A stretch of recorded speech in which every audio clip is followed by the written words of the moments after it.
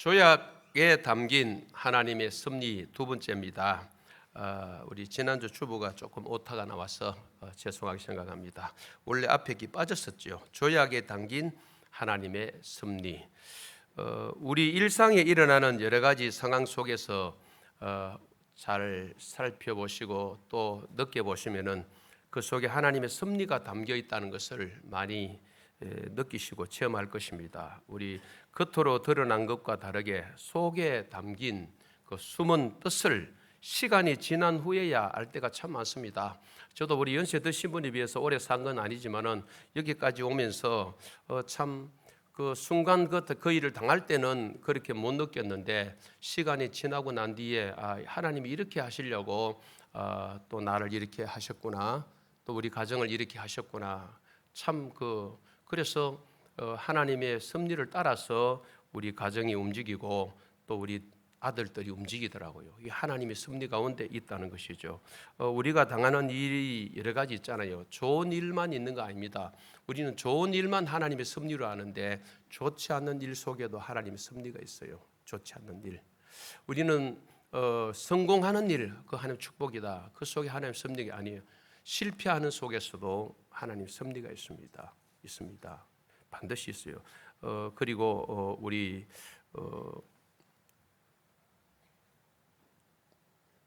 만남 속에도 하나님의 섭리가 있지만은 헤어짐 속에도 하나님의 섭리가 있더라고요.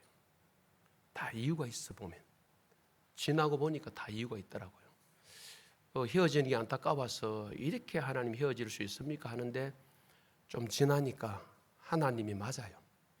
내가 만든 게 아니고 때로는 안타깝고 때로는 가슴 아파도 이래서 이렇게 하셨구나.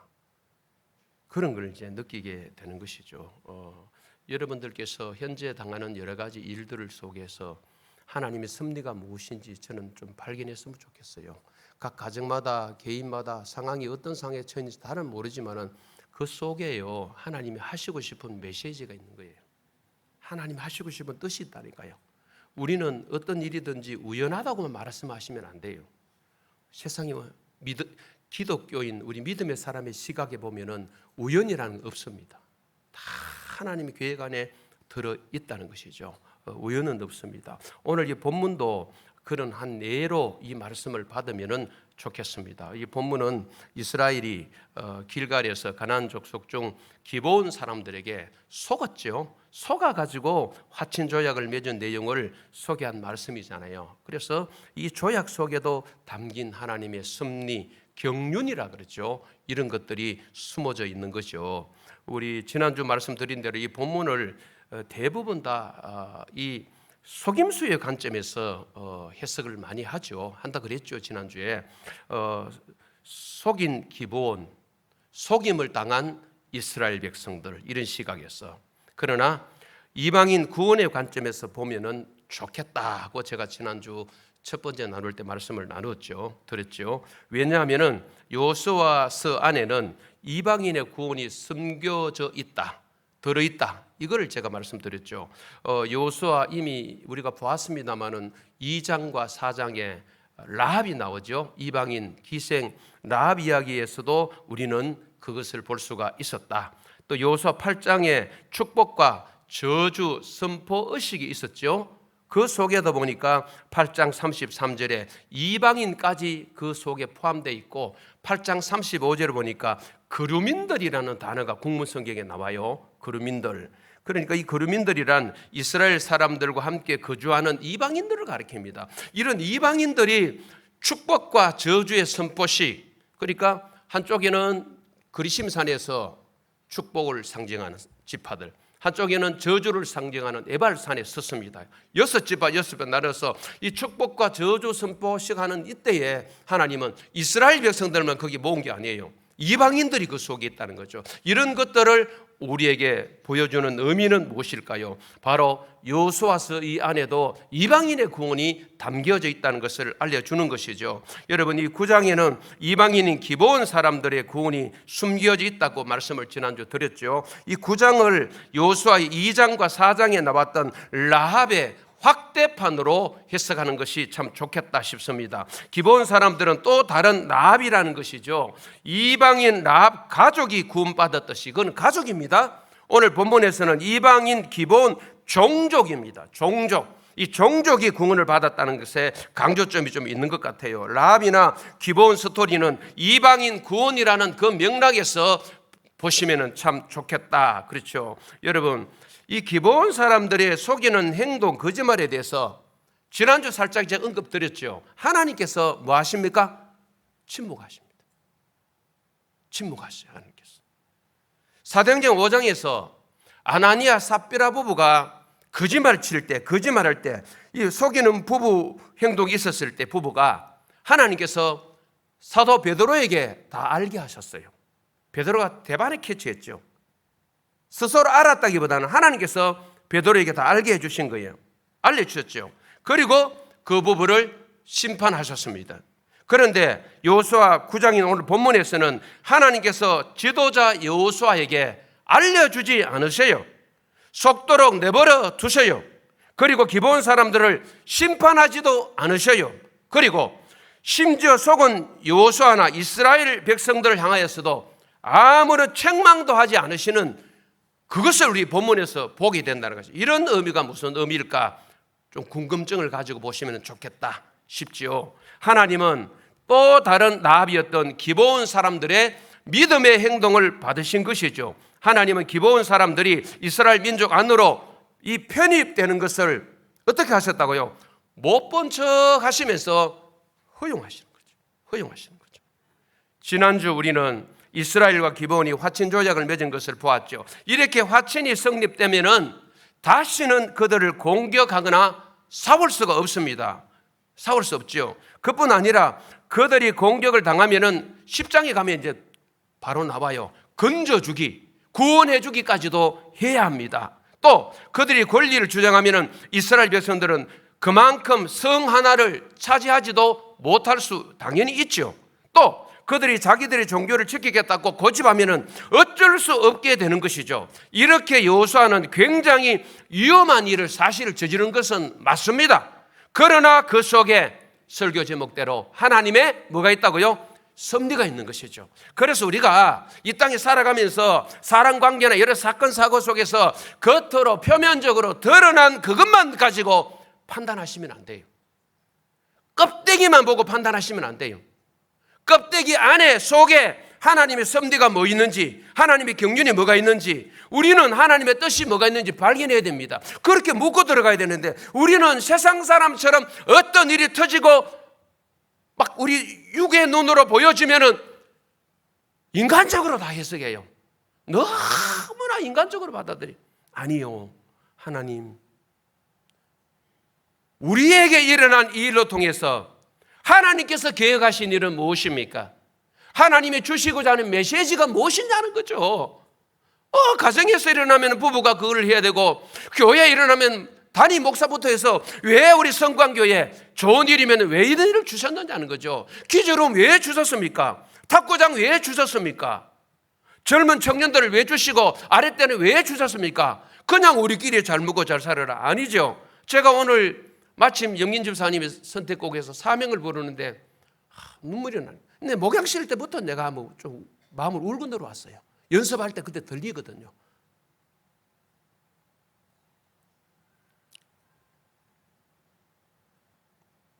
왜? 여러분이 더 잘 아실 거예요. 사명이 어떤 내용인지 그 가사가. 주님이 부르시면은 가야 돼요. 가야 됩니다. 바동바동 나는 안 합니다. 우리 아는 안 됩니다. 아니에요. 어른들도 부르시면 가야 되고요. 그렇잖아요. 부르심이 있으면 가야 되는데 그 사명이 그런 구절이거든요. 그러니까 제가 찬양 부르면서 눈물 흘리려고 흘린 게 아니고요.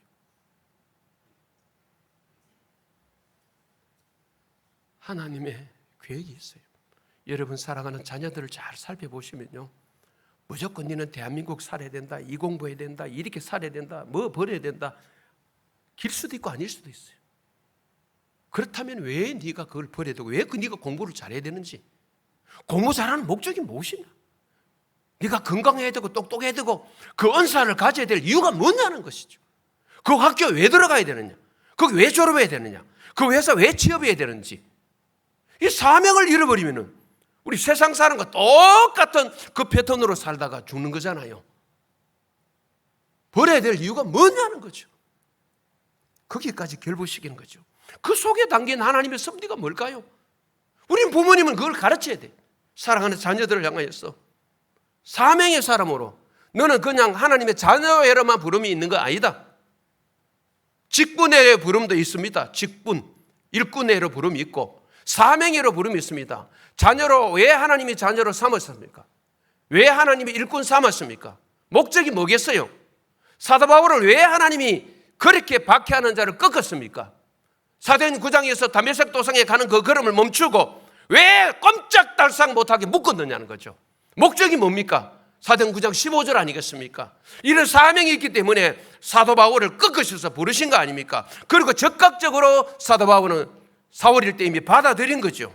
물론 바울이 가기까지는 시간이 조금 걸렸지만 하나님이 그 시간을 충분히 그래도 보내게 하셔서 사명자로 세워준 것 아니겠습니까? 꺾으시는데 묶으시는데 이유가 있습니다. 부르시는데 이유가 있습니다. 멈추게 하시는데 이유가 있습니다. 가게 하시는데 이유가 있습니다. 돈이 들어올 때도 이유가 있고 나갈 때도 이유가 있고 쉴 때도 이유가 있는 것이지요. 그냥 아무런 이유 없이 그냥 쉬고 나가고 들어오고 그거 아니에요. 하나님의 섭리를 보는 저와 여러분이 되기를 간절히 소망합니다. 우리 16절에서 21절 상반절까지 보면은 기본 사람들의 정체가 금방 드러났어요. 특히 앞쪽이죠. 16, 17절에 16절 한번 읽어보실까요? 시작. 그들과 조약을 맺은 후 사흘이 지났어야 그들이 이웃에서 자기들 중에 거주하는 자들이라 함을 들으니라. 여러분, 이 고대 국가 간의 외교적 관리로 화친을 맺으면은 그 당사자들은 서로 상대국을 친선 방문을 하는 거예요. 그런 예가 있어요. 조약을 맺었으면은 조약을 확정했으면은 조약한 나라끼리 상호 방문이 있습니다. 그래서 여호수아가 사신들을 보내서 장거리 여행을 떠날 것을 준비해서 왜? 지난주에 말씀드린 대로 멀리서 온 나라라고 했기 때문에 당연히 멀 걸로 하고 준비가 딱 갔는데 가보니까 며칠 길이라? 오늘 본문에 들통이 사흘 만에 났습니다. 3일 만에 들통이 났습니다. 멀리 가지를 못해서 사흘 만에 갈 수 있는 그 거리 너무나 가까이 기브온 족속이 있는 거야. 지난주 말씀드렸는데 히비 족속 아닙니까? 히비 족속 중에 이 기브온 족속이 굉장히 강해요. 기브온 사람들이요. 그 멀리 있지 않는 거예요. 들통 났죠. 들통 났어도 어떻게 해요? 이미 하나님의 이름으로 여호와 이름으로 뒤에 가보니까 맹세를 했기 때문에 거둬들일 수가 없는 거잖아요. 거둘 수 없어요. 17절 한번 읽어보실까? 17절 알고 보니까 시작. 이스라엘 자손이 행군하여 셋째 날에 그들의 여러 성읍에 이르렀으니 그들의 성읍은 기브온과 그비라와 부에롯과 기앗 여아림이라 그랬죠. 정체가 드러나요. 바로 이웃 가까운 결국은 하나님께서 멸절하라고 진멸하라고 명령하신 가나안 족속인 거예요. 이들이 알고 보니까. 그렇지만은 조약 때문에 살려줄 수밖에 없었다. 18절을 제가 읽겠습니다. 그러나 회중 족장들이 이스라엘 하나님 여호와로 그들에게 뭐 했기 때문에? 맹세했기 때문에 이스라엘 자손이 그들을 차지하지 못한지라. 그러므로 회중이 다 족장들을 원망했다. 광야 백성들과 거꾸로예요. 광야에서는 지도자들이 잘못한 게 아니고 일반 백성들이 잘못해서 이런 일이죠. 오늘 본문에는 앞선 자들이 회중이 볼 때는 너 뭐야 이거? 왜 이런 조약 맺었어? 너 바보가?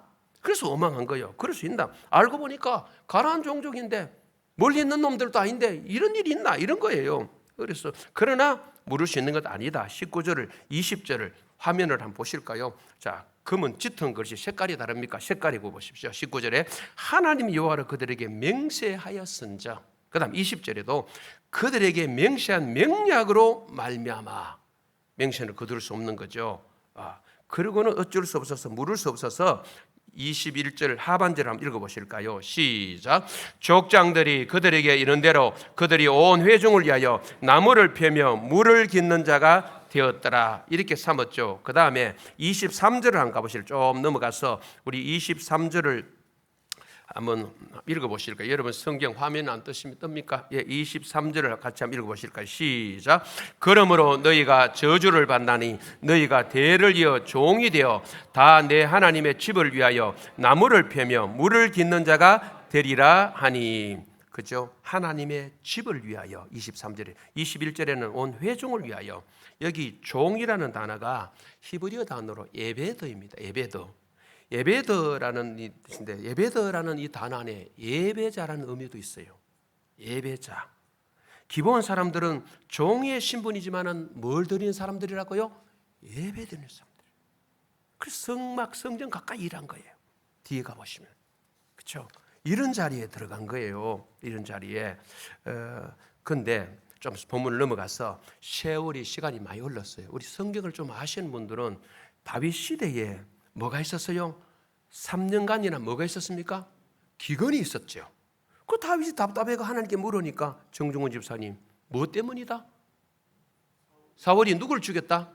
오늘 본문에 나오는 기브온 사람들을 뭐 했어요? 성경에는 언제 죽인지 기사는 없어요. 그렇지만 어떻든 하나님 답을 주셨어요.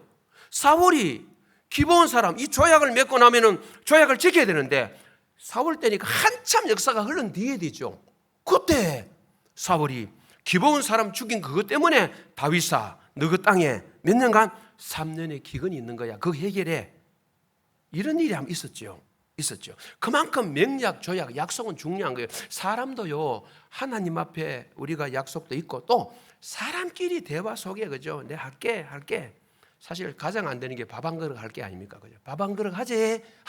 밥은 2년, 3년, 4년 지나도 못 한다 이제. 그죠? 일단 하재 했는데 언제? 안 되잖아요. 그죠? 흘러가는 말로 물론 하셨겠죠. 그러나 서로 입약이라도 지켜야 된다. 서로 신뢰를 하면서 그죠? 하나님 앞에 있는 이걸 사울 왕이 깬 거예요. 그러니까 다윗 시대에 3년간이나 기근이 들어와서 나라가 아주 힘든 거예요. 자, 이런 일이 한번 있었고, 그 다음에 훗날에 그럼 어떻게 했냐? 이걸 정리하고 오늘 마칠까 합니다. 훗날에 기브온 사람들은 훗날 어떻게 됐는가? 이스라엘 백성들이 바벨론의 포로로 끌려갔죠. 오늘 새벽에 에레미야 새벽기도 나오시면 에레미야를 계속 보고 있습니다. 에레미야서를 끌려갔다가 포로기를 마치고 1차 귀환한 사람들 가운데 느헤미야를 중심으로 예루살렘 성벽을 뭐합니까? 재건할 때 그때에 느헤미야 3장 7절에 보니까 기브온 사람들이 성벽 중수하는 일에 참여하는 거예요. 이 기브온 사람들이 귀한 자 명단에도 심지어 들어가고 재건 명단에도 동참해서 들어갔는데 느헤미야 7장 25절이에요. 25절에 95명이나 숫자도 나오고 이 기브온 사람들은 완전 이스라엘 속에 동화된 것으로 일반적으로 해석합니다. 기브온 사람들은 더 이상 이방인이 아니었다고 해석합니다. 에스라 느헤미야서를 또 보면요, 바벨론의 포로에서 귀환할 때에 기브온 사람들은 우리 개역 성경에 보면은 느디님 사람들이라는 표현이 하나 나와요. 느디님. 이 느디님 사람이라고 불리면서 돌아와서 성전 재건과 성벽 재건에 적극적으로 동참한 거 있죠. 기브온 사람이라고 밝힌 숫자도 나오지만은 느디님이라는 이름으로, 이 느디님은요 원래 뜻을 제가 한번 찾아보니까 주어진 자다 이런 뜻이었어요. 뭐가 주어졌어요? 성전 봉사를 위해서 주어진 종들을 말하는 의미가 담겨 있어요. 이들은 성전에서 번제에 필요한 나무를 쪼개고 오늘 요서 9장 말씀처럼 물두명에 필요한 물을 길러 나르는 주로 성전에서 역대상 9장 2절에 뭐 허드렛 일을 좀 했어요.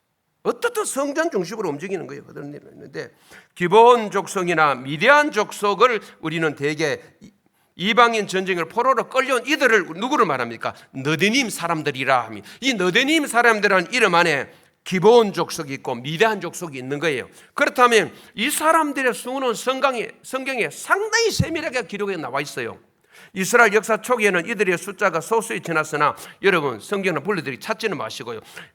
에스라입니다. 2장 43절에서 54절을 보면은 포로 귀환 당시에 상당히 많은 숫자가 유다로 귀환해 집단을 이루는 것을 보게 됐죠. 많은 수예요. 이들이 유다 백성과 마찬가지로 율법을 준수를 명시하기도 하고 또 성전 봉사자로서 역할을 다하여 제사장이나 레위인처럼 세금이나 관세를 면제받는 혜택도 받았다고 에스라 7장 24절에 나와 있어요. 이런 혜택도 받았어요. 이런 사람들이 바로 누구예요? 오늘 본문에 조약을 맺었던 기본 사람들이에요. 성경 전체 이렇게 흐름을 본다면은 기본 사람들, 이들이 속였나 안 속였나, 왜 속였나, 이런 중심의 성경을 보기보다는 하나님께서 속고 속는 이 속에 하나님의 섭리가 무엇인가, 이방인 구원이라는 큰 그림을 우리가 그려 넣을 수가 있다 이거죠. 그렇다면은 오늘 우리는 어떻게 적용해야 될까? 우리가 속든지 속이든지, 속이면 안 되시겠지만, 그죠? 일과 속의 일상이라 그러죠. 여러 가지 현상 속에서 저는 원고에다 한번 끝에 한번 적어봤습니다. 예수가 좀 흘러갔으면 좋겠다. 어떻든 간에 예수가 흘러가야 돼. 구원이 흘러갔으면 좋겠다. 단지 상거래만 끝나는 것이 아니고요, 돈 주고 받는 것, 취미생활로 끝나는 것이 아니고, 그 취미생활 속에서 내가 예수를 가진 자라면은 그 관계가 좋든 나쁘든, 안 나쁘면 좋겠지만 그 속에 내 안에 있는 예수를 좀 흘러보냈으면 좋겠다. 내가 예수로 구원받았잖아요. 그 구원을 좀 흘러보냈으면 좋겠어요. 예수 이야기 좀 했으면 좋겠어요. 예수 말 좀 했으면 좋겠어요. 입으로도 말하지만은 삶을 통해서 예수의 삶을 좀 드러냈으면 좋겠어요. 제가 정말 우리 인터넷 기사 댓글 뜨거나 뉴스 보다 목사의 이 죄를 보면서 제가 가슴 아파합니다. 오늘 아침에도 보니까 네이버에 너무 마음 아픈 거죠. 한두 사람이라 그러지만 어떻든 그런 죄 때문에요, 목사가 막 도매금으로 넘어가고 예수 믿는 자들이 교회가 막 도매금으로 넘어가는, 저는 사실 마음이 너무 아파요. 인터넷 클릭을 못하고 눌러보지를 못하겠어요. 우리가 할 수 있다면 믿는 자라서 예수 그리스도의 그 인격, 예수 그리스도의 삶이, 복음서에 나타난 예수의 삶이 우리가 작은 예수로서 여러 관계성 속에서 흘러갔으면 좋겠어요. 그런 하나님의 경륜과 하나님의 섭리가 우리의 관계 속에 저는 좀 주입됐으면 좋겠다. 이 마음이 얼마나 간절한지 몰라요. 저도 그렇고 여러분도 그렇고 실제 이런 삶을 좀 살자는 거죠. 단지 내가 어느 회사에 일했다, 이 일했다, 저 일했다, 돈 벌었다, 월급 많이 준다 하더라, 사업 잘 된다 하더라, 취업했다 하더라, 성공했단다, 그거 좋습니다. 그 이면에 담겨 있는 우리 이 땅에서의 존재의 목적, 존재의 이유가 뭐냐, 그걸 물어보는 거죠. 그걸 물으면서 진정한 주의 보내심을 따라 사는 거죠. 구약시대 사울왕, 안타까운 것은 사울왕을 하나님이 왜 세웠습니까? 다윗주기라고 세웠습니까? 3,000명이나 데리고 다윗주기로 따라다니는 이 왕의 어설픈 모습들, 가슴 아픈 모습들이 오늘 우리가 그런 자리에 있지 않는지, 내가 얘기해 주신 그 힘과 때로는 권력이라 합시다, 명예를 가지고, 때로는 부유함을 가지고, 건강함을 가지고, 은사, 다양한 능력을 가지고 우리가 혹시 그렇게 엉뚱실히 사용하고 있지는 않는지, 진짜 하나님의 영광입니다. 살아도 죽어도 하나님의 영광, 하나님의 이름 아닙니까? 그죠? 그리고 마시든지 무엇을 하든지 하나님의 영광이 아니겠습니까? 그의 나라와 그의 의를 구하는 삶이 우리 삶 속에서 저는 흘러갔으면 좋겠다. 하나님께서 그렇게 섭리 좀 해주셨으면 좋겠어요. 단순하게 살다가 인생 끝나는 것이 아니고 우리의 삶의 흔적 속에, 지나간 흔적 속에, 또 과거와 앞으로 미래에도 하나님의 경륜이 임해서, 하나님의 뜻이 임해서, 하나님의 섭리가 임해서 구원의 그 역사가 계속 일어났으면 좋겠습니다. 우리가 머무는 거, 우리가 가는 곳마다 하나님 나라가 임하기를 주의 이름으로 축원합니다.